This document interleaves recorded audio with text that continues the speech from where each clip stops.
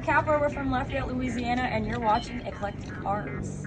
Hello. Hi, this is Benson Berger, and you're watching Eclectic Arts. Aloha, I'm Jake Shimobuko, and you're watching Eclectic Arts Media with my good friend Mark. Let me hold this the right way. We're exiting the good light, so you guys get the awful truth. No, I'm kidding. Then you got people that are hard workers, and then you have, hey! He was super excited about it. He's like, we're gonna cut your eye. I was like, oh, okay, sure. I mean, I thought it was really good. It's just half the time I'm watching it, I'm like, oh, why did you do that? Why are you making that face? As always, Mark, it's always an honor to hang out with you and spend this evening with you. And visit with you for dang sure. I really appreciate it. Thank you for giving me the opportunity.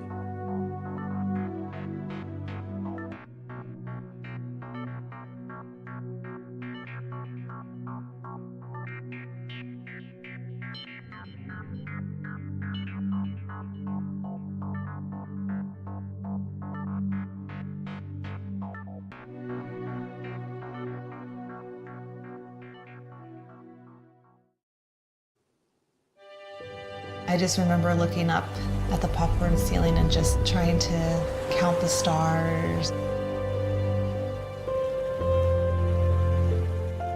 I didn't really know what was happening. I just didn't want to live anymore. I know this sounds harsh, but I call child sexual abuse the American national pastime because it is that common. The first thing you think is that you're the only person, but you're not.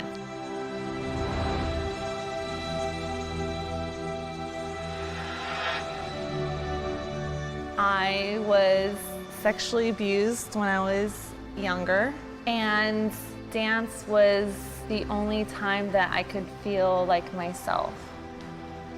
Can they relate to me?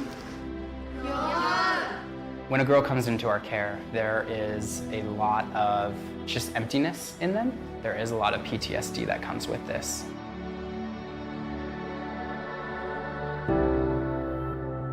When you've been abused, you actually leave your body. All of these things that kind of get you back into feeling, it allows you to get grounded. I want them to value themselves and know their worth, and nobody should take that away from them.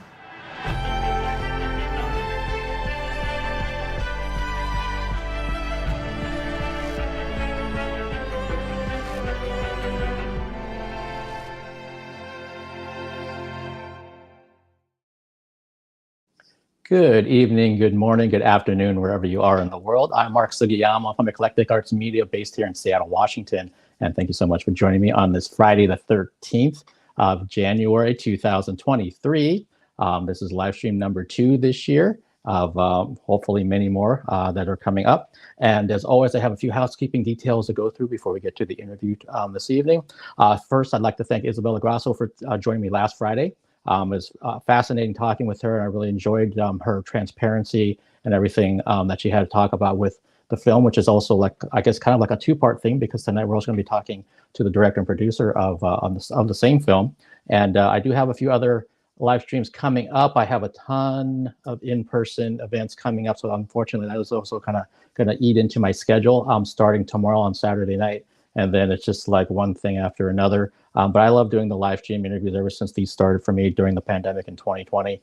So I would never abandon them, but I will try to fit them in where I can, and around all of the musicals and theater and opera. And there's even a concert in there, I believe, that I should be photographing in about a week. So if you'd like to know more about the next live stream I have coming up, please follow me as Eclectic Arts Media, one word, on Instagram. That's where I post everything first, and then some of that information migrates over to other social media platforms. If this is your first time joining me on my YouTube channel, if you could do me a huge favor and hit the subscribe button and also the notification bell. The algorithm on YouTube keeps changing and adapting and all kinds of other things. I just saw something I had to agree to with the shorts that they're really trying to push on YouTube. So if you could subscribe to my channel, that helps me out. If you could also thumbs up this video, that also helps the algorithm. And if you're on the Twitch side of things, if you could follow me over there, that's where I started all of this virtual work on Twitch with the wonderful band Alice from Los Angeles, who are kind of on these two corners here of my backdrop, kind of working on trying to figure out exactly what I want on the backdrop for 2023.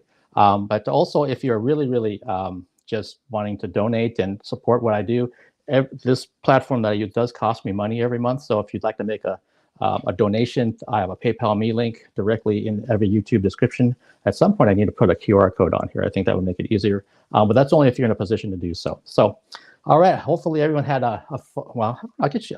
I'm a horror fan, so when it's Friday the 13th, I enjoy Friday the 13th, and I think history showed that Friday the 13th used to be actually a really positive thing, if I remember right. And then somewhere along the lines, to start turning into superstition and don't walk under a ladder and all that kind of stuff. But knock on wood, my Friday the 13th's been fine. And let's get to things. My guest today is a dancer, model, filmmaker, among other talents. She is the producer and director of a powerful new documentary called She Is, which will be available on demand on Tuesday, the 17th, from Gravitas Ventures. I just realized I put the wrong date in my notes. Please welcome to the Eclectic Arts Media virtual studio, Miss Zuzana Lova. Hello, Mark. How are you doing tonight? I'm doing really good, Zuzana. How are you? I'm doing great. I'm excited to be here. Thanks for having me. Yeah, thank you for taking the time. I'm so glad that I caught my own mistake in my introduction. I'm like, it doesn't come out on the 16th. That's Monday. It comes out on the 17th. Tuesday, perfect. Yes. Yeah. So we'll talk about the film. I also want to kind of talk about your background as well. But for people that haven't heard of the film, this is all new to them. What can you talk about from your angle? What this film is? So She Is a hybrid documentary that explores the topic of sexual abuse and sex trafficking. We concentrate on the healing part of that matter, on life afterwards. So we don't go into the gruesome details of what happened, but we are kind of exploring Isabella, our lead protagonist, and her journey of healing and how dads help her through healing sexual abuse and trauma, and how she's helping other girls do the same. Yeah, and as I mentioned, for folks that are joining us right now, with last week's interview, the film is so powerful, and it's so well done. And I remember telling Isabella that I can never tell, like when I start doing an advanced screener of a film, what I'm going to get. I'll see the trailer, I'll look at the press notes and that kind of thing. And sometimes it's like, oh yeah, this was pretty good, and sometimes I go, oh, that didn't really work for me. But that one, it just like sucked me in to it. There's so many different storylines going on. And some of it's obviously completely heartbreaking and just horrific, but some of it's completely a 180 from that. It's really inspiring. It's really beautiful. It's really empowering. And I'm kind of curious for yourself, and we'll get into your background as a filmmaker, but how was it trying to film and create this, especially creating this film with somebody who is your friend? At times, extremely hard, definitely. Well, I'll just start at the beginning how I met Isabella. So Isabella is a professional dancer, and me too. And we met many, many years ago through dance performances and different shows that we did together. And eventually I joined her nonprofit and started to teach dance to girls rescued from sex trafficking. And doing this work and getting to know the girls, it completely changed my life. And a documentary was something that Isabella always had in mind. How do we show other people what we do and how impactful it is? So I think it was 2015 on one of our mission trips. She asked me if I would want to do a documentary, and I said yes. I never have done anything before that.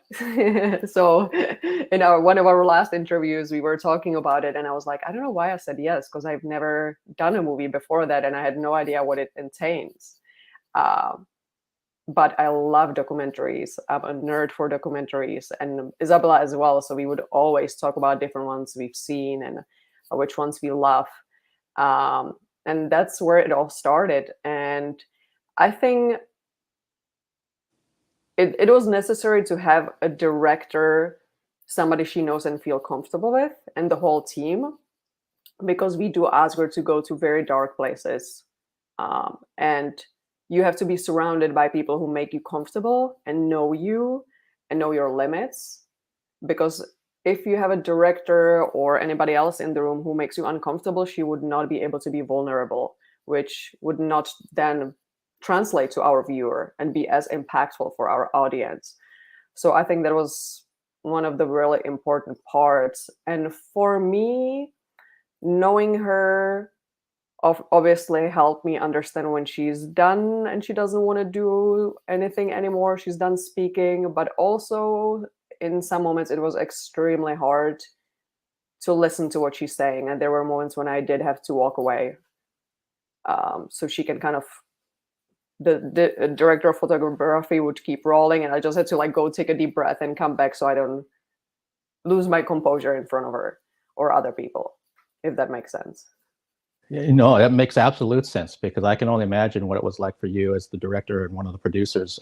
Again, for someone that you've known for so many years through dance and through the nonprofit organization, and you consider a close friend, and then having her go through, in some cases, perhaps several takes of telling stories and other things. You're like, oh my gosh, and you may have even known some of it, but just to hear it again in that context and in that setting, and you're putting it to film for other people to hear about.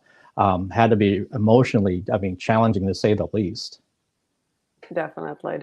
Yeah, and there's also different places we visited that didn't actually make it to the movie. Different slums where we went to talk to the prostitutes that live there, and just being there, I think for the whole team, we were just trying to hold our composure. That was one of the hardest days of shooting, because it was basically slums built on this black river that smells, you cannot imagine the smell, and you have kids running through there and getting into the water, and it was just unbelievable. It was really just completely heartbreaking. So there were a lot of days that were really emotionally hard, and you just feel so helpless.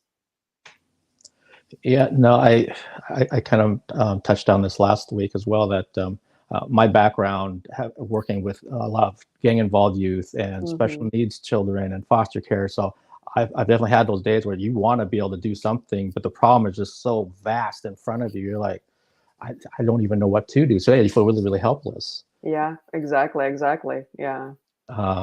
And I'm definitely going to come back to everything you just said, but I'm such a nerd that yeah, go jump. when you mentioned that you have footage that didn't make it into the final cut, are there any plans to have any kind of physical release that you'll have, like special features, or is it something that you put out special feature wise, like on YouTube or something, about things that didn't make it into the film, or just behind the scenes stuff? That would actually be interesting. We were at one point thinking about this exact day that we shot at this location and making it a little short movie, basically. So we did not finish. I kind of started on it, but this movie just took over, and the submission and everything that we had to do. But we would love to. If we can find a little bit of funds to get help and finish editing and do some music, I think it would be so important for people to see it. It was so sad that we had to cut that part, but you know how it is. You shoot everything and you cannot have everything. You just have to say goodbye to certain aspects. So certain days of shoot just don't make it in. And this one we absolutely love. But I think alone as a short little video, it would stand much, much better. Okay, well, yeah, no, that's fair enough. That sounds like something that could be, like you said, if things kind of align and you get some funding together and some other pieces, that it could be something that is almost like a, not a sequel, but just some other piece that adds to this experience of what this film is about, and also what it's trying to do to empower people. Also kind of show the realness of some of the ugliness in the world that's going on, especially if it's not in your own country. Right. Wow. Okay. I have to go back to when you were saying that when you decided to do this documentary that you don't really have a background in film. So how did this, like the first, I don't know, week, months kind of work in terms of trying to get this team together and trying to do your first day of filming or doing the interviews or what have you? I mean, what did you do? Right. I scrambled. I did a lot of research. I read a couple documentary filmmaking books, took some lessons online, and mostly what I did, I took my 2 favorite documentary movies and I watched them on repeat. I watched each of them probably 30 times. I broke them down scene by scene, the transition, what I love about this one, what I love about that one, kind of how the story moves, editing, everything. I think the most important part that I did, because it really helped me get an idea what I want to see and how I want it to look like. And me and Isabella had a lot of discussion about just the feel of the movie, how we, because it's such a hard topic, we want it to be hopeful and beautiful and light in a way to kind of counter what we talk about and the heaviness of it. Oh, now you can hear my dogs. They're joining in. So we really had a very specific vision of the way it's shot and just the way it looks and feels the movie, and kind of lighten up the heaviness of what we talk about. And once we did that, we started to look for our team and for our writer and director of photography. And then we started with the writer, and we really created the different moments of what we want to shoot, what we want to concentrate on, the different parts of Isabella's life, and our mission trips, what is important to capture, and with the director of photography, how we want it to look and really the feel, and going through different examples of different movies and kind of pulling ideas from different parts. And then really going step by step. And I think what really helped is that because Bella and I are both professional dancers, we've been on a set of movies and TV shows and so many years. So there are certain aspects that we did understand beforehand, but obviously not all of them. it was so much learning, so much. I mean, we had to learn everything, every single step of the way. Yeah, composing music and, writing the whole film. It just, all of it was first time. So it was an amazing experience. Yeah, and I think what's really wonderful about this is that had I not known that this was your first time making a feature film, I don't think I would have been able to tell by just watching the film. Mm-hmm. So that's really a compliment. Great. Yeah, thank you to you and your team. That unfortunately, I've seen some pretty rough films over the last couple of years that I've had to review, and these are from people that have done 20, 30 films. I'm kind of like, mm-hmm. Really? So and like you said, you've been on sets many times, so that probably helped at least knowing kind of what this process should kind of look like.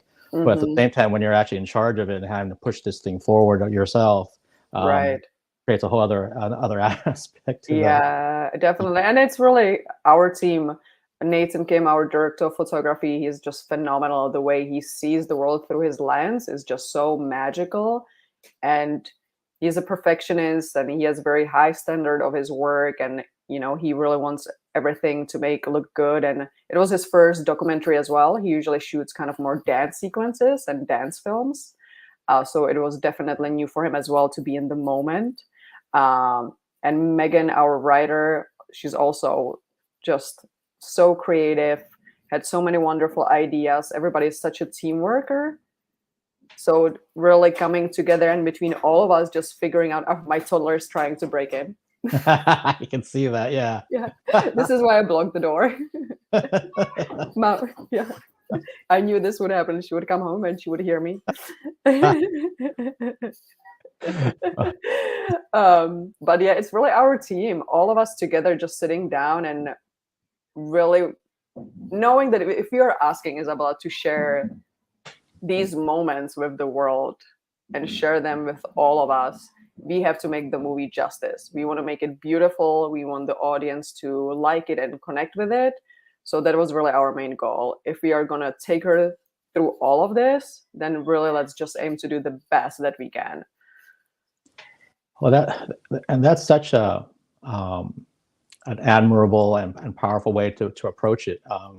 Because I told her this last week that I was just for her to share her story. It was so courageous, and for the other people like yourselves and the other creators around her, if you're not swinging for the fences, then man, you shouldn't be doing any of this kind of thing at all, because she's putting her whole life out there for people.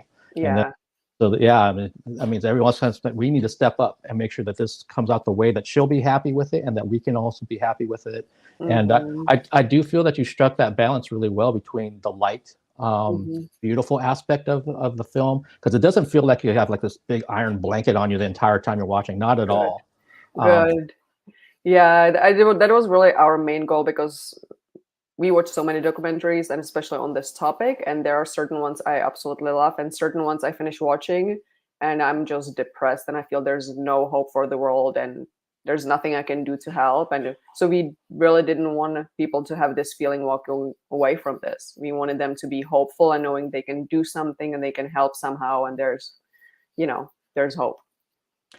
Yeah, no, I'm totally there with you. And your film is the type of film that you could watch it again. I think that's probably almost like the litmus test, because just like you said, I've watched some really great, powerful documentaries. Like I don't want to see those again because I don't want to do anything. Yeah, I feel you. Yeah, me too. Yeah, there are certain ones that I tell people, I don't know if you should watch it. I mean, I was depressed for a week. Yeah, I'm looking for a drink after I watch kind of a thing. Oh my gosh. And before I forget, you mentioned that you watched and rewatched 2 of your favorite documentaries. What are those films? It's Bombay Beach by Alma Harrell. She's a phenomenal documentary filmmaker, and she does hybrid documentaries. So Bombay Beach is very much mixed with these dance sequences. She kind of plays with people and creates these stage moments in the middle of the documentary, and it flows so effortlessly. And that was one of the things for us. We knew we wanted to mix it with dance because that's what we do. That's who we are. How do we make it seamless and not force? Like, here's a dance break and here's the movie, right? How do we incorporate it so it just flows naturally and supports the movie moving along and connects to the emotion? So that was definitely a big influence. I absolutely Bombay Beach, and she's just an amazing, amazing documentary filmmaker. And the second one was Pervert Park. It's a movie about a trailer park in Florida where sex offenders live. And it's shot amazingly. The way they use, I love the way the movie was moving slowly and was using black screens and really moments to breathe. And that was something I really connected with. It's kind of like slow storytelling when you get to digest these moments, because what they talk about is heavy as well. And so those were really 2 of my biggest inspirations. Okay, yeah, thanks for sharing. I was writing those down, and watch them and let me know what you think. Yeah, and when you're describing Pervert Park, I'm almost positive I've seen that. Yeah, it's possible. It was on Netflix. I don't know. I think now it's on Amazon, but it used to be on Netflix for a couple of years because that's where I watched it. Okay. Yeah, when you're talking about the trailer park, and that's where the sex offenders were all living in the same space, that was ringing a lot of bells in my head. Like either I saw it through some film festival or I saw it through something possibly, early on. And the other one I have not heard of, so I'll definitely check out both to make sure that I'll see both of them. And so when you were if I'm trying to remember what Isabella had told me last week, that when you got to the point, it sounded like you guys had made your mission trip. That was kind of like the first piece, and then you had to kind of figure out with the writer about doing the interviews with her and other people that are in the film. Were you the one completely dictating, like during those interviews? So are you off camera asking them these questions and then all that? Was it always you? Yeah, it was always me. It was the first time doing it as well. So it was also a learning process, definitely, to kind of interviewing so many different people and learning how to navigate, maybe if they are getting nervous the whole time or they are not repeating the question, so we are never getting the beginning of the question to know what they are answering. So it was definitely a learning process to learn how to help people and how differently people react in front of camera. And Megan, our writer, wrote all the different interviews and all of the questions. She did such an amazing job because we had so many interviews and she really went into so much depth, because with documentaries, you're just not sure what will make it in. We kind of knew what we wanted it to be about, but depending on what people will tell us in the interviews and we actually are able to shoot, it might change, right? So we really had to cover such a huge base, and our mission trip, we knew we are not going back. When it comes to our location here in Los Angeles, if we have to reshoot something, we can, but the mission trip was just one shot where we had to get everything we can because we cannot afford to go back. So we were there for 2 weeks and we shot, I think we had 1 day off. Otherwise, we were pretty much from 8 a.m. to 8 p.m. running around, shooting, buying batteries because we didn't bring batteries, and as we figure out over there, they just wouldn't work. So a lot of technical difficulties, and just learning as we go. And sometimes that's part of the fun. When it's Mhm. something new, it's like, hey, we're gonna kind of stumble here and there. As long as we're stumbling forward, that's okay. Yes, yes. If you keep stumbling backwards, then it becomes kind of an issue after a Yes. while. But it's okay to stumble forward because you Mhm. learn from it. So, okay, next time, don't do that, or make sure you have the batteries, or you need the right kind of charger, and Yes. whatever. Oh my God, yes. And I can only imagine all the wealth of knowledge you have now. So when you move into your next project, you're like, okay, Mhm. I can hone this down a little bit more of these are the tools I need to use and utilize. Yes, definitely, definitely. Hi, Isabella. I see she's in the chat right now. And I want Is she writing something? she's got some laughing emojis. She remembers the batteries, the struggle. And so one thing I've had the pleasure of talking to many filmmakers over the last 2.5 years, some of them have told me, which kind of surprised me, that when they got to the point of editing their documentary, some of them said they just wanted the editor to do their professional job and let them do the editing, and they weren't actually in the room. And others were completely the other way around, saying, no, I was there every single day with the editor. Where do you fall on that spectrum? It's so interesting. So when we did production, I thought that would be the hardest part of the whole filmmaking process, since it was my first time experiencing each part. And then we got to post-production, and I was like, oh my God, this is the hardest part of the process.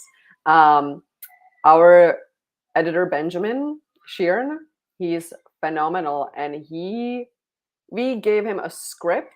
So we had written down kind of the audio part of what we want to hear and where we are, and some visual things that we think might match it, but we kind of allow him to just run with it. We gave him like a guideline, and he came back. Already the first cut was amazing. There were certain moments that he created that we just already kept from the first cut. The whole sequences where he got the interview with different B-rolls, and we were like, that is perfect. We are not touching that. So he was really amazing at just finding the perfect moments. And with the rest, we had few sessions when we just couldn't find it exactly. So me and the writer Megan would come in, and we would kind of go through it and help him find the perfect images and suggest and pull. And towards the end, it was a lot of us pulling like this exact image at this time and this exact image at this time, when it came kind of to the couple last sessions. But in the beginning, we really allowed him to create a lot of what he wanted to see, and he was amazing. And then we had Nathan, our director of photography, edited the dance sequences, some of them, the big one at the end and the rooftop as well, and he's just phenomenal at that. Yeah, that's his niche. He knows exactly what to show, and it's so beautiful.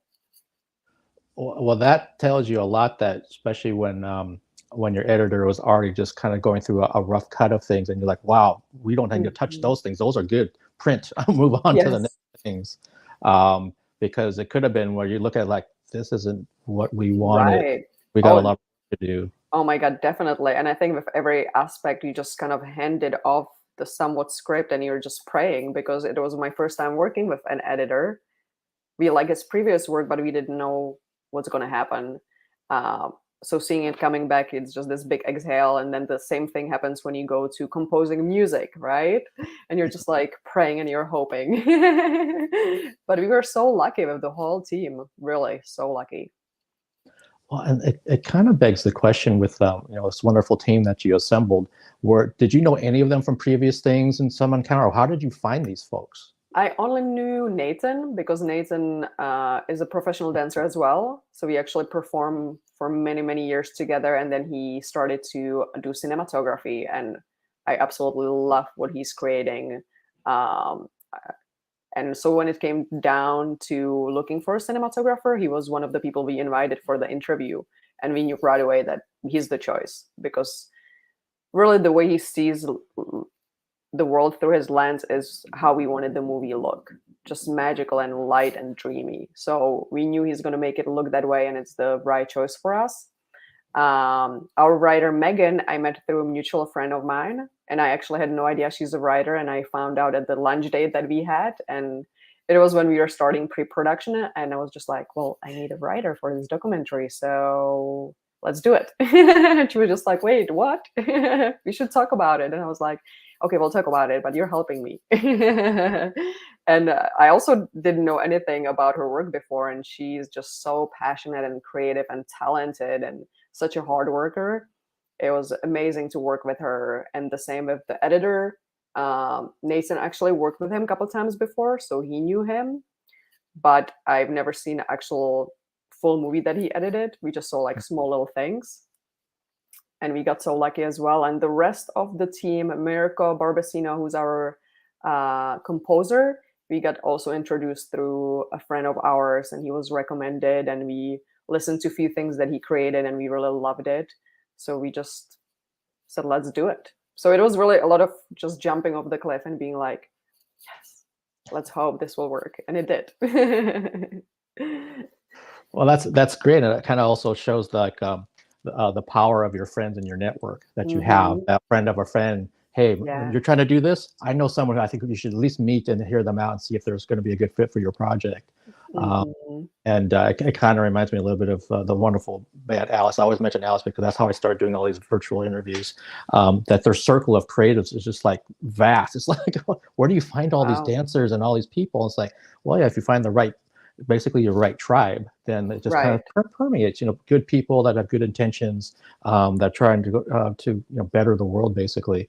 And then it's just like, yeah, you're kind of like-minded. And let's kind of do this, and wow, and then they bring something else to the table that maybe you didn't even think about that to make it even better. Like you're talking about with the editor and with the composer, and these are just people that were just a step away from you, basically out of your circle.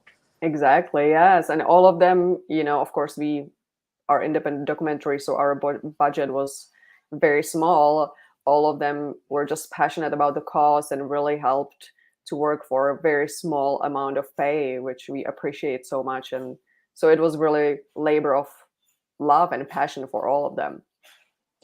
Well, yeah, and that speaks volumes about everyone involved with them. That also means that they believed in it.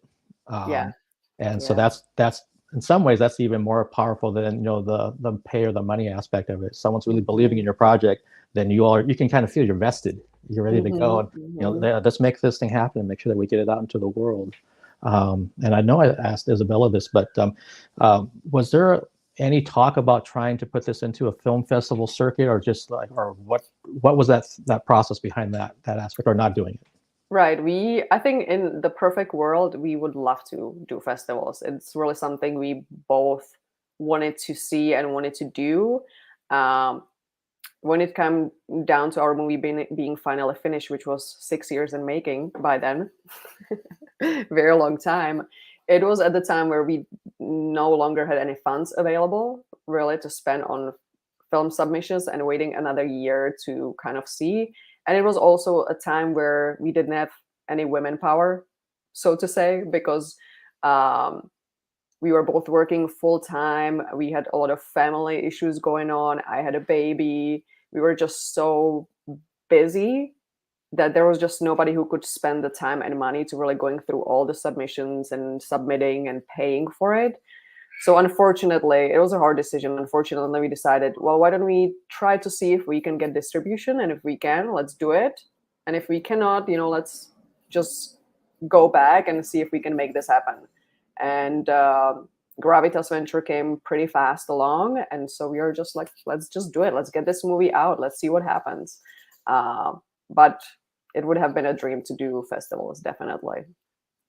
Okay, no, and that, as you described and explained why, it makes perfect sense. For some reason, my mind didn't go there about our own lives are busy, and also the financial aspect of it. Because I've got a local friend here who's been making short films, and she even told me, it's like, Mark, I've kind of hit my limit in terms of my money.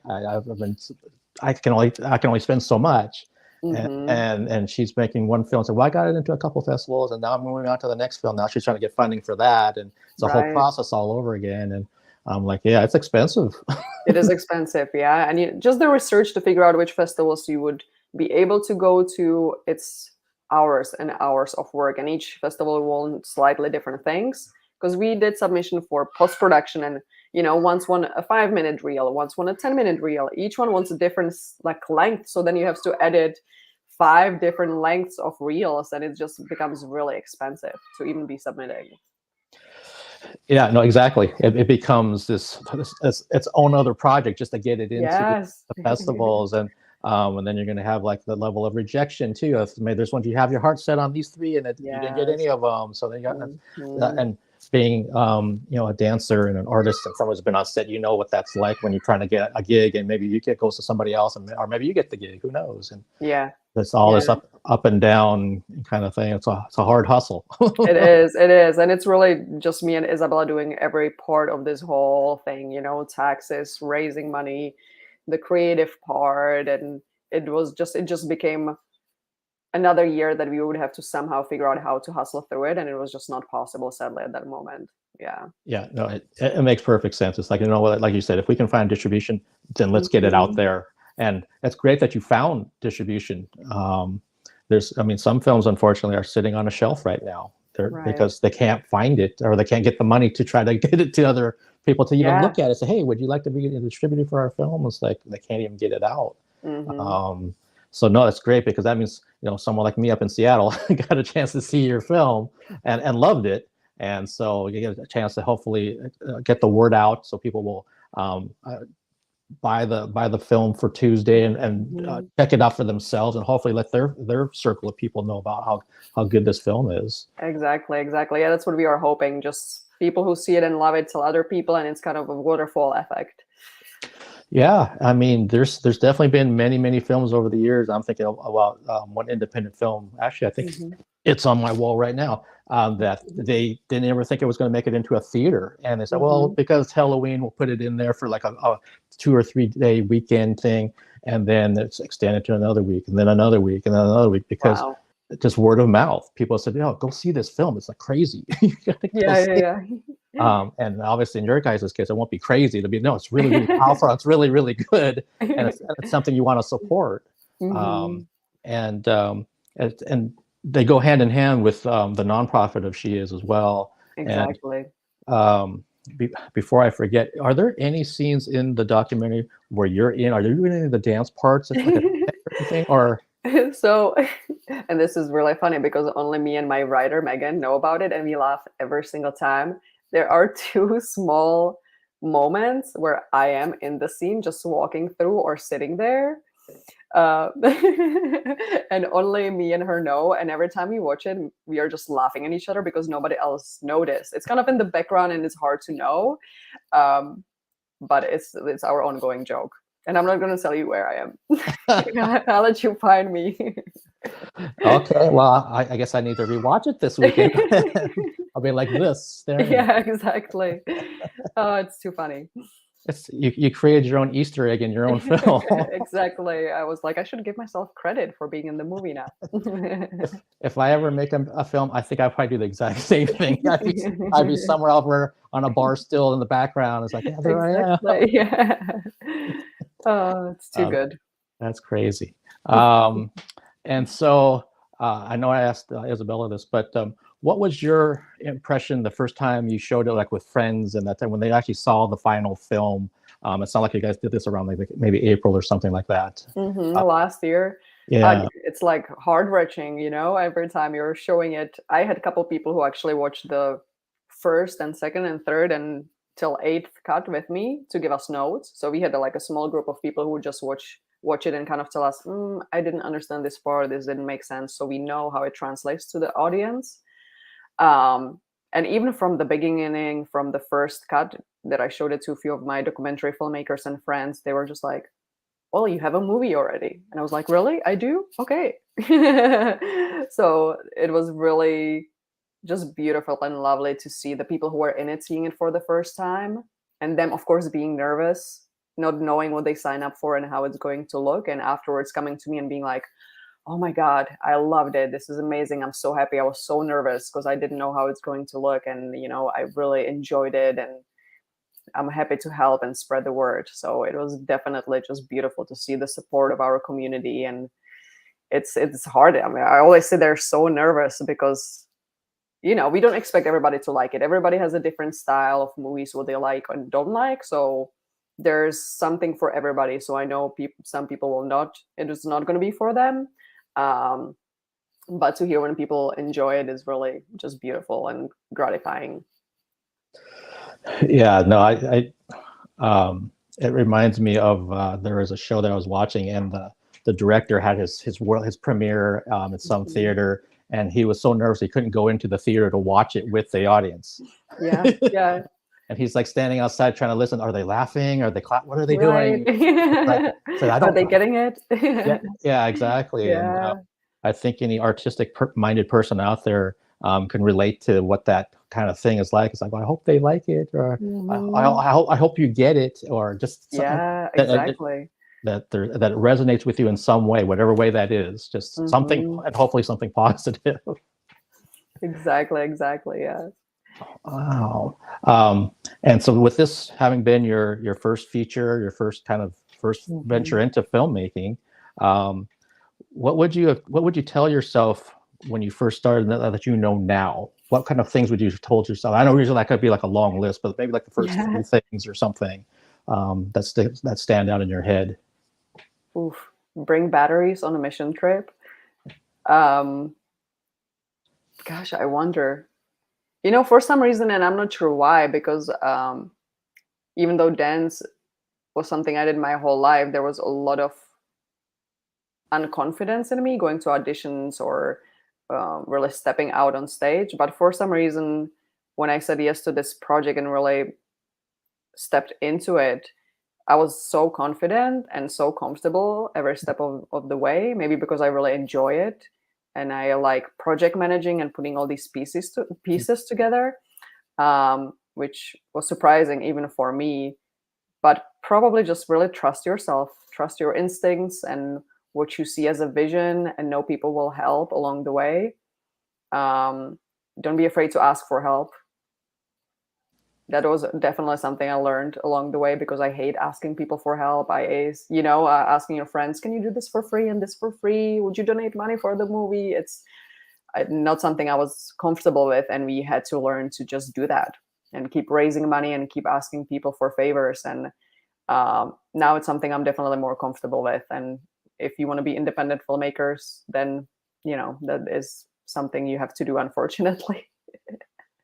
Yeah. Yeah, no, you're so right, and I think it's interesting that you mentioned that when you're doing this, and probably because of stuff like you said, that you enjoyed it so much that you felt really confident doing that, versus maybe like when you're doing auditions or other things as a dancer or as for TV or for film. So does that mean? Do you have that bug? Like, are you sitting there wanting to make like little short films now, or another feature, or is it just kind of like, wow, is it in your bloodstream now, basically? Yeah, I created this docuseries that I would like to work on eventually when the time is right. I had Megan help me write it, so there's definitely idea for something. And I think if it's ever going to come to light, hopefully it's going to be after this movie is released and we are able to get more funds for another project and some interest going. And I would love to shoot some more. I really enjoy the whole process, and then it would be a dream to do another movie.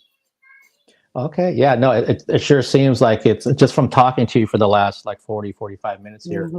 I that passion is coming out of like how much you like this, believed in this project, one, but then two, just doing it. It's just like, I want the next one. I want this one.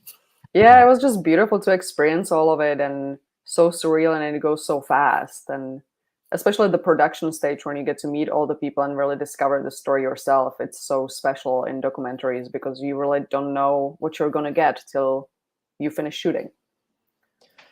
Yeah, and then like as you had said earlier in this interview, that when you start doing the interviews, it can kind of change the direction of your filmmaking, because you're like, wow, I didn't realize we have this piece to go off of and this piece of something that so-and-so just said. And now we have to kind of rethink and remap like what we're doing, but that's a really good thing. But it's just like, oh wow, there was a German filmmaker who told me it took them, I want to say it was 8 years to finish their feature film, and it wasn't a documentary; it was a feature and all this kind of thing. But some of the places some of the locations they shot, it gave him other ideas. So then it started like deviating from the script. He's like, well, wait a minute, we don't have enough budget to go back here. But then he's like, but I really don't want to, not do this scene this way. So let's kind of go this other way. And the people on his team were telling him, you're nuts. It's going to take it's gonna take him that much longer, which it did. But at the end, when he's able to sit there and look at the finished product, he's like, no, I feel good about this. So I think I made the right decision. So yeah, it took a long time, but I'd rather see this than see something that was like 95% what I wanted. Oh, definitely. No, I can definitely relate to that. Yeah. Sometimes you just have to, reshoot, redo, scratch, and find another way and different scene. It took us a lot of different locations, and a lot of things, as we said, didn't make it into the movie that we thought would be very impactful. And yeah, you just kind of go with the flow. Yeah, well, it's again, really, it's just an amazing film. And for people that are watching this now, or if you're watching it before Tuesday or even after Tuesday, the links to see the film are down in the YouTube description, so you can access all that. You can access the nonprofit of She Is as well. And I'm looking forward to, Isabel, I don't know if you're still with us, but I'm looking forward to reading your book because I ordered the book. Oh, amazing. Yeah, I'm looking forward to reading that. This is obviously in the same ballpark, but since you're obviously directly involved with the nonprofit, what has the nonprofit given you? I'm kind of curious.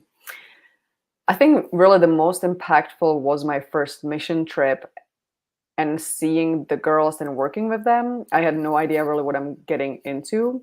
And the first time we had about 60 girls that we were teaching on our mission trip, so many. And they were between age of about 9 to 15. So first of all, the age completely surprised me because they're already rescued, right? So I'm just like, how in the world does that ever make sense? And then just seeing how sweet and loving and kind they are. And they, in the beginning, they kind of are eyeing you, but in a couple days, they are just come and they hold your hand and they want to lean in and they want to walk with you everywhere and brush your hair and really kind of spend quality time. It was just so beautiful to see that somebody can go through something so traumatizing and come on the other side and be still such a sweet, loving human being. Even though I know they are dealing with a lot of stuff behind the scenes, depression and PTSD, the core is just still so innocent and sweet. And I feel all of us in the Western world, one thing happens to us and we are just bitter for the rest of our lives. And it's not even something this like comparable. So it just really taught me to look at life in different perspective and appreciate every single thing and know that some other people's lives are just so dramatically different and how really lucky we are living here, having access to so many different things and safety, really. Wow. Well, thank you for sharing that.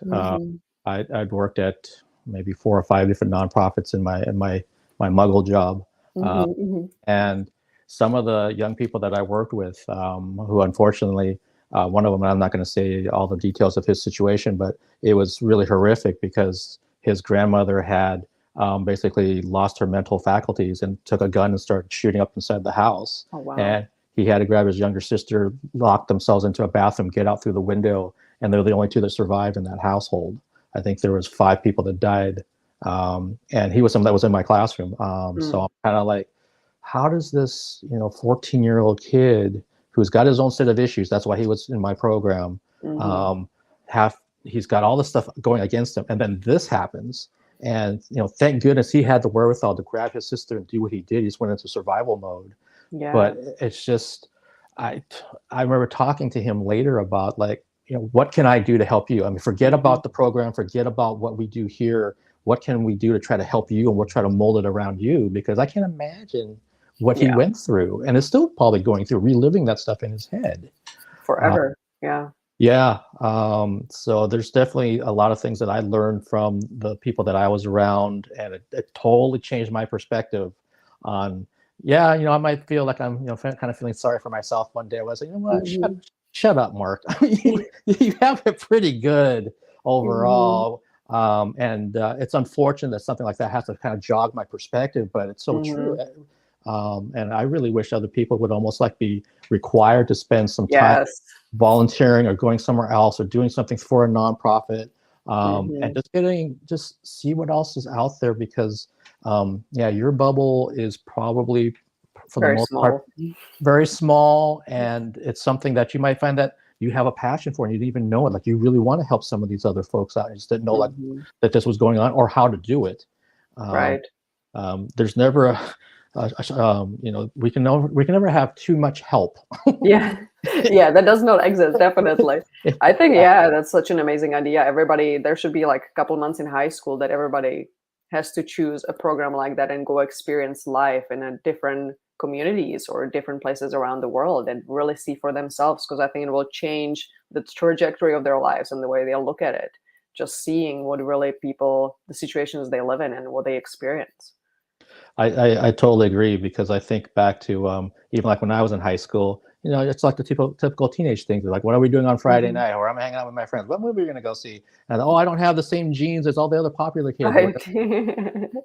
And if you get thrust into a situation like we're talking about for 2 months and you're living somewhere else, or just even volunteering somewhere else in your own community, and you realize, wow, I'm complaining about this, you know, that I don't have some people don't even have genes. You know, they don't have the things that you have. So it's all about perspective.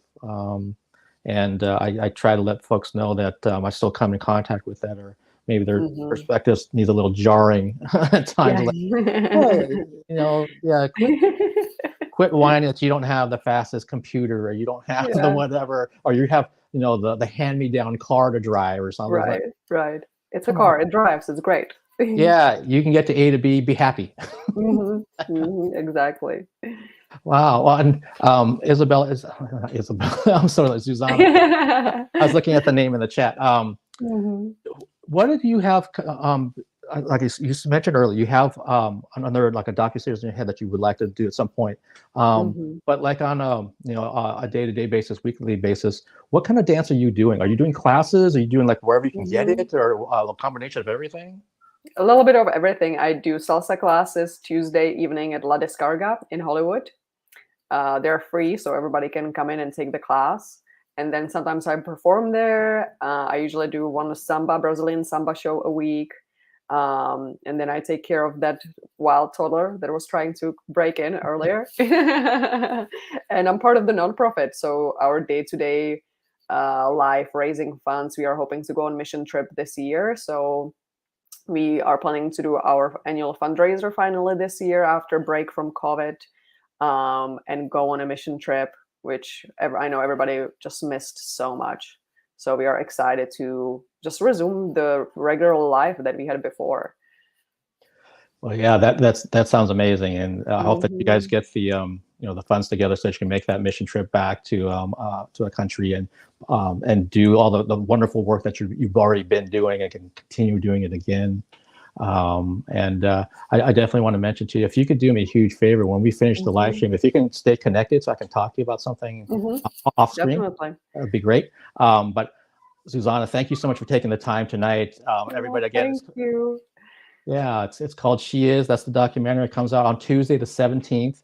Again, you can go hit the link right in the description, and it'll take you right to it. I wish you all the success in the world with this film. It's so powerful and so good that I can't say enough good things about it. And it's been such a pleasure having you on and having Isabella last week. And if there's ever anything I can do to help further this film, just let me know, because I'd love to help champion it as much as I possibly can. Thank you so much, Mark. We appreciate you. Thank you, thank you, thank you. Thank you. Everybody who's been watching, thank you so much for joining us. And if you're watching this down the road, again, please check out the film and have a great, well, for some people, it's a 3-day weekend if you have Monday off. Right. And other people, it's just a weekend. And sometimes maybe if you work the weekends, it's not a weekend at all. It's just another Friday night for you. Yeah, I would love to talk to you about something offline real quick. And thank you so much again for taking the time. Thank you.